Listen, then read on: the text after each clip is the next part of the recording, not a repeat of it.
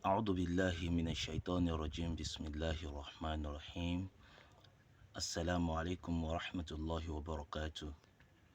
Today we are explaining Islamic teaching on how to use the toilet as a Muslim.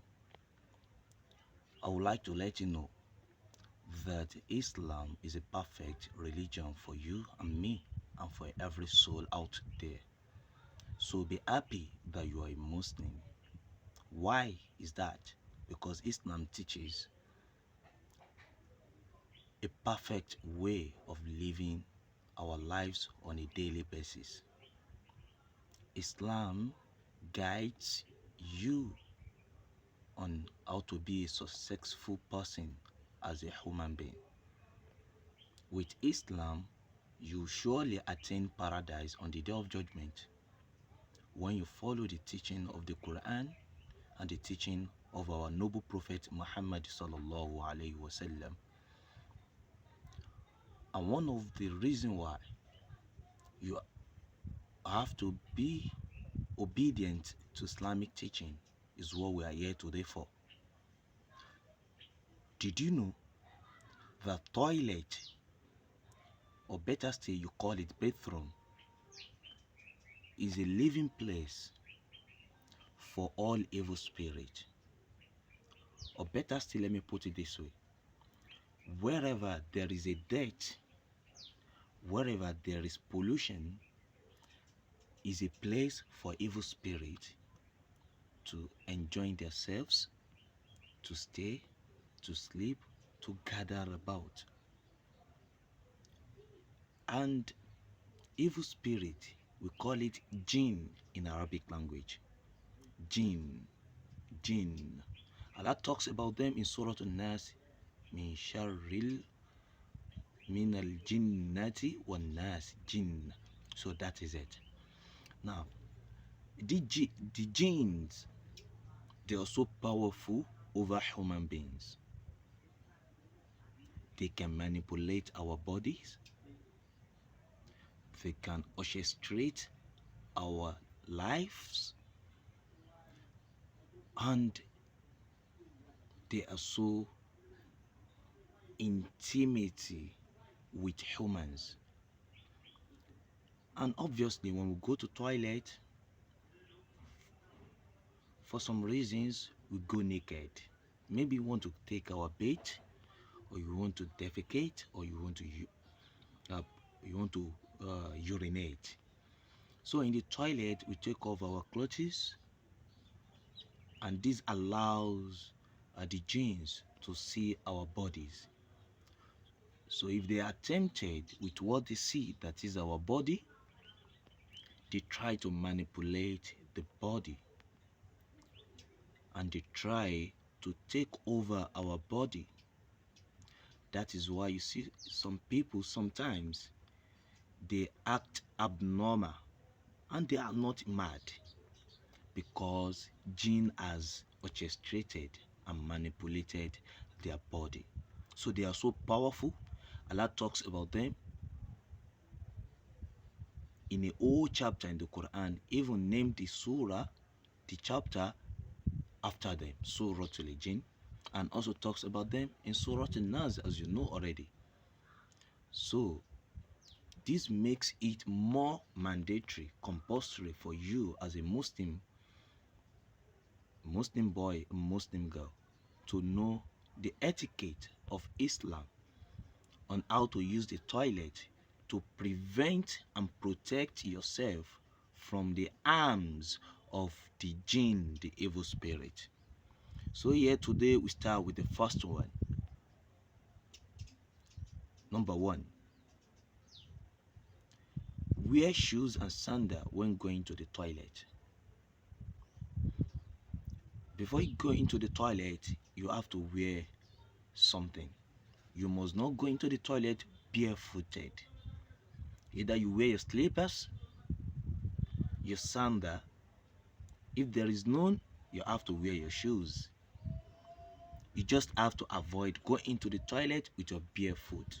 Why? Because toilet is a dirty place. Even though it is being washed but yet it is regarded as a dirty place. You mustn't step into that place, toilet, or bathroom with your legs without wearing anything.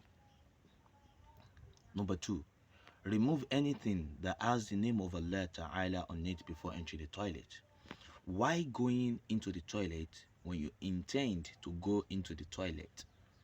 Whatever it is you have with you, or you have in your hands, or you have in your body, that the name of Allah is written upon, you have to take it off before you go into the toilet. That is why it is haram you take Quran into the toilet. That is why it is haram you take phone that there is Quran in it to the toilet. That is why it is haram to take your Arabic note where a name of Allah has been written into the toilet. That is why it is haram you go into the toilet with anything that has the name of Allah. Second, before entering the toilet, you have to say this prayer, and this is very important. This particular prayer protects you from the arms of the evil spirit in the toilet. You have to memorize it, and this is mandatory. I'm going to ask you, and I'm going to reward you if you memorize it and practice it, inshallah.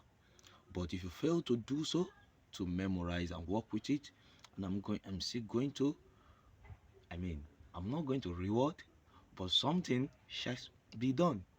So say after me, Bismillah, Allahumma inni a'udhu bika min al-khubuthi wal khaba'ith.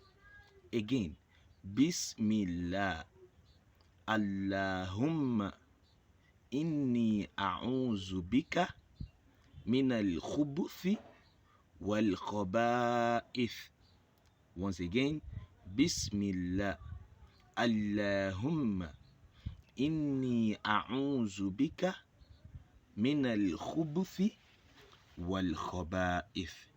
So you say this particular prayer once before you step into the toilet or the bathroom from Bismillah, and you end it at where it ended.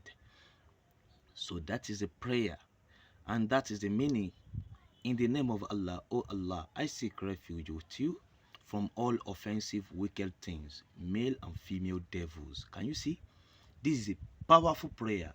It protects you, prevents you from the arms of all devils living in the toilet. Even when you are naked, they will not be able to manipulate or harm your body.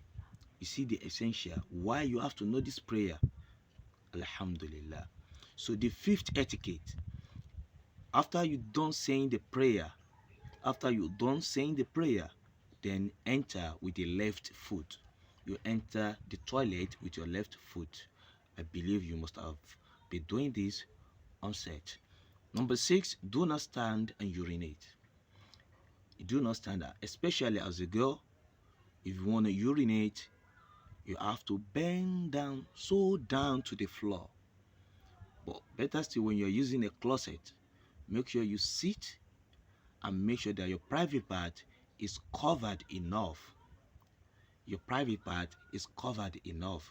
So another thing about that is that as a man, it is also good for you to urinate while bending down, but it is also permissible at the same time to do that while standing. But the best option so far is to bend down. Why? Because of the devils, not to see your private part, so they're not going to get tempted with it. Number 7, which we still have more in our comment sections, is sit down when relieving yourself. That is, when you're using the toilet, you must avoid, that is, you are defecating, you are pooing, you must not do that while standing. You have to sit down. There is no other way for that. You have to sit down. So these are the few etiquette we discussed today.